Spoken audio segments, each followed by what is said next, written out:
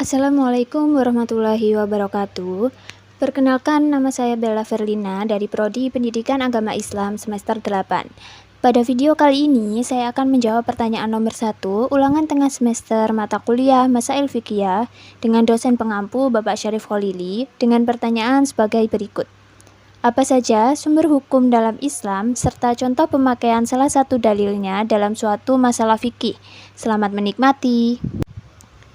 Dalam agama Islam, setiap aturan dan pedoman hidup memiliki dasar yang disebut sebagai sumber hukum Islam. Sumber hukum Islam menjadi landasan bagi umat muslim dalam menjalankan kehidupan sehari-hari, baik dalam ibadah, muamalah, maupun akhlak. Dengan adanya sumber hukum ini, umat Islam dapat mengetahui mana yang benar dan mana yang salah sesuai dengan ajaran Allah dan Rasul-Nya. Sumber hukum Islam yang utama ada 4, diantaranya yaitu Al-Quran, hadis atau sunnah, ijma, dan qiyas. Sumber hukum yang pertama adalah Al-Quran. Al-Quran merupakan kitab suci umat Islam yang diturunkan Allah kepada Nabi Muhammad melalui malaikat Jibril. Al-Quran menjadi sumber hukum yang paling utama karena berisi petunjuk hidup, perintah, larangan, serta pedoman bagi seluruh umat manusia. Di dalam Al-Quran terdapat banyak ayat yang menjelaskan tentang ibadah, hukum keluarga, perdagangan, hingga hubungan sosial. Contohnya adalah perintah sholat dalam firman Allah pada surat Al-Baqarah ayat 43 yang artinya, dan dirikanlah sholat, tunaikanlah zakat, dan rukuklah beserta orang-orang yang rukuk.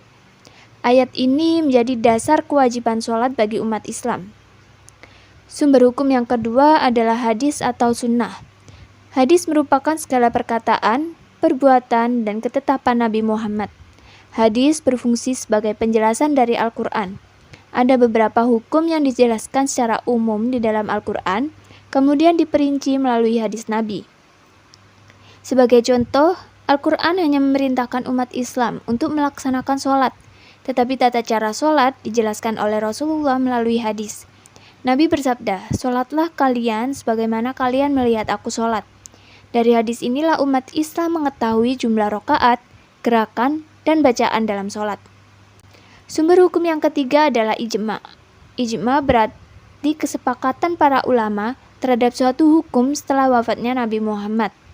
Ijma digunakan ketika suatu persoalan tidak ditemukan secara jelas hukumnya di dalam Al-Quran maupun hadis. Para ulama kemudian bermusyawarah dan menyepakati hukum berdasarkan pemahaman terhadap syariat Islam. Contoh ijma adalah kesepakatan para ulama mengenai pengumpulan Al-Quran menjadi satu mushaf pada masa Khalifah Abu Bakar dan Utsman bin Affan. Hal tersebut dilakukan demi menjaga keaslian Al-Quran agar tidak hilang atau berubah. Sumber hukum yang keempat adalah qiyas. Qiyas berarti menetapkan hukum suatu perkara baru dengan cara membandingkannya pada perkara lain yang sudah ada hukumnya karena memiliki sebab yang sama. Contohnya adalah hukum narkoba. Pada masa Rasulullah, narkoba belum dikenal secara luas seperti sekarang. Namun, para ulama mengkiaskan narkoba dengan khamr atau minuman keras. Dalam Al-Quran, khamr diharamkan karena memabukkan dan merusak akal.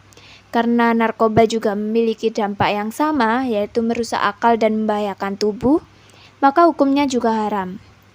Salah satu contoh penggunaan dalil dalam masalah fikih dapat kita lihat pada hukum menjaga kebersihan sebelum sholat, yaitu wudhu.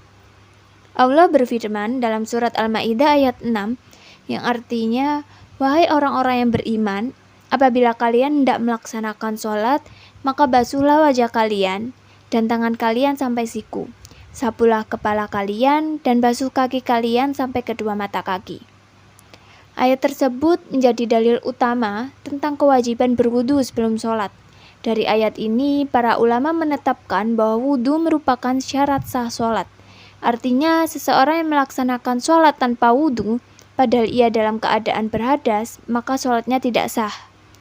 Dalam kehidupan sehari-hari, penggunaan dalil ini sangat penting sebelum melaksanakan sholat. Umat Islam diwajibkan membersihkan diri dengan berwudu terlebih dahulu. Hal ini menunjukkan bahwa Islam sangat menjaga kebersihan dan kesucian, baik secara lahir maupun batin. Dari penjelasan tersebut dapat disimpulkan bahwa sumber hukum Islam memiliki peranan yang sangat penting dalam kehidupan umat muslim. Al-Quran dan hadis menjadi pedoman utama, sedangkan ijma dan qiyas membantu menjawab berbagai persoalan baru yang terus berkembang di masyarakat. Dengan memahami sumber hukum Islam, kita dapat menjalankan kehidupan sesuai dengan syariat dan peroleh petunjuk yang benar dalam setiap tindakan. Sekian penjelasan yang dapat saya sampaikan, semoga bermanfaat dan menambah wawasan kita tentang sumber hukum Islam. Terima kasih atas perhatiannya, kurang lebihnya saya mohon maaf. Wassalamualaikum warahmatullahi wabarakatuh.